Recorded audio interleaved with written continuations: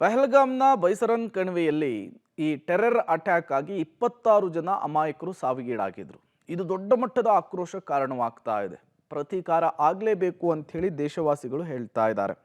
ಇದರ ನಡುವೆ ರಣಹೇಡಿ ಕೃತ್ಯಕ್ಕೆ ದೇಶದ ಜನರ ರಕ್ತ ಕುದೀತಾ ಇದೆ. ಇಡೀ ದೇಶ ಪ್ರತೀಕಾರವನ್ನು ಕೇಳ್ತಿದೆ. ಆದರೆ ಪಾಕಿಸ್ತಾನದ ಮೇಲೆ ಕಾಂಗ್ರೆಸ್ಗೆ ಇಷ್ಟೊಂದು ಪ್ರೀತಿ ವ್ಯಾಮೋಹ ಯಾಕೆ ಅನ್ನೋದು ಗೊತ್ತಾಗ್ತಿಲ್ಲ. ಯುದ್ಧ ಬೇಡ ಅಂಥೇಳಿ CM ಕೊಟ್ಟಂತಹ ಹೇಳಿಕೆ ದೊಡ್ಡ ಮಟ್ಟದ ಟೀಕೆ ಕಾರಣವಾಗಿತ್ತು. ಇದರ ಬೆನ್ನಲ್ಲೇ ಈಗ ಅಬಕಾರಿ ಸಚಿವ RB ತಿಮ್ಮಾಪುರ್ ಸರದಿ ಶುರುವಾದಂತೆ ಕಾಣಿಸ್ತಾ ಇದೆ. ಧರ್ಮದ ಹೆಸರನ್ನ ಕೇಳಿ ಗುಂಡಿಕ್ಕಿ ಕೊಂದ್ರು ಅಂದರೆ ಇದನ್ನ ನ್ಯಾಯ ಅಂತಾರ?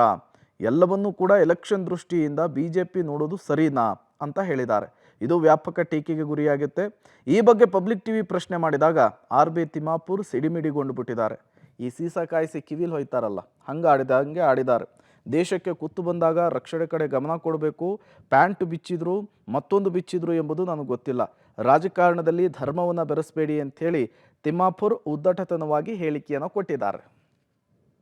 ಬಗ್ಗೆ ನಮ್ಮ ಸನ್ಮಾನ್ಯ ಪ್ರಧಾನಮಂತ್ರಿಗಳು ಬಹಳ ಅತಿಯಾದಂಥ ಆತ್ಮವಿಶ್ವಾಸ ಇವತ್ತು ಅವರಿಗೆ ಉತ್ತರ ಕೊಟ್ಟಿದೆ ಅನ್ನುವಂಥದ್ದು ನನ್ನ ಭಾವನೆ. ಅವರ ಅತಿಯಾದಂಥ ಏನು 370J ಏನು 370 ಏನು ತೆಗೆದ್ರು ಅಲ್ಲಿಂದ ಅದನ್ನು ಮಾಡೋಕ್ಕೆ ಮುಂಚೆ ಎಲ್ಲನೂ ಯೋಚನೆ ಮಾಡಬೇಕಾಗಿತ್ತು. ಈಗ ತೆಗೆದುಬಿಟ್ಟಿದ್ದಾರೆ. ನಾವು ನಮ್ಮ ಅಸ್ತಿತ್ವವನ್ನು ಉಳಿಸ್ಕೊಳ್ಬೇಕು ಅಂತ ಹೇಳಿದ್ರೆ ಬಿಗಿಯಾದ ಕಾನೂನು ಕ್ರಮಗಳಾಗಬೇಕು. ಇದರಲ್ಲಿ ಯಾವುದೇ ರೀತಿಯ ಇದಕ್ಕೂ ಒತ್ತಡಕ್ಕೂ ಬಲಿಯಾಗದೇ ಇದ್ದರೆ ಕೆಲಸ ಮಾಡಬೇಕು ಅನ್ನೋಂಥದ್ದು ಸನ್ಮಾನ್ಯ ಪ್ರಧಾನಮಂತ್ರಿಗಳಲ್ಲಿ ನಾನು ವಿನಂತಿ ಮಾಡ್ತೇನೆ. It's a failure of the central government. ಏನು ಅಮಿತ್ ಶಾ ಮತ್ತು ಪ್ರಧಾನಮಂತ್ರಿಗಳ ನೇರ ಹೊಣೆ ಆಗ್ತಾರೆ ಅನ್ನುವಂಥದ್ದು ನನ್ನ ಭಾವನೆ. ಈಗೇನೆಲ್ಲ ಕ್ರಮಗಳು ತಗೊಂಡ್ರು ಕೂಡ 26 ಜನ ವಾಪಸ್ ಬರ್ತಾರ? ಯುದ್ಧದ ಅನಿವಾರ್ಯತೆ ಇದೆಯಾ? ಯುದ್ಧ ಮಾಡಬೇಕಾದಂಥ ಅಗತ್ಯ ಇಲ್ಲ. ಬಿಗಿ ಕ್ರಮಗಳು ತಗೋಬೇಕು ಅಷ್ಟೇ. ಭದ್ರತಾ ವ್ಯವಸ್ಥೆಯನ್ನು ಬಿಗಿ ಮಾಡ್ತಕ್ಕಂಥ ಕೆಲಸವನ್ನು ಮಾಡಬೇಕು. ನಾವು ಯುದ್ಧದ ಪರ ಇಲ್ಲ. ನಾವು ಹಿಂದೂ ID ಕಾರ್ಡ್ ಮಾಡಿದ್ರು, ಗುಂಡು ಹೊಡೆದ್ರು. ಮುಸ್ಲಿಮ್ನ ಕೊಂದಿಲ್ಲ ಅವರು. ಯಾರೇ ಸತ್ರು ಅದನ್ನು ರಾಜಕೀಯವಾಗಿ ಹೆಂಗೆ ಲಾಭ ತಗೋಬೇಕು ಅನ್ನೋದೇ ನಿಮ್ಮ ಧ್ಯೇಯ ಆದರೆ ದೇಶದ ಪರಿಸ್ಥಿತಿ ಎಲ್ಲಿಗೆ ಹೋಗ್ಬೇಕಾಗ್ತದೆ? ಸತ್ತಾಗೂ ದೇಶ ಗಂಡಾಂತರ ಬಂದಿದೆ, ಸಾವುಗಳಾಗಿದ್ದಾರೆ.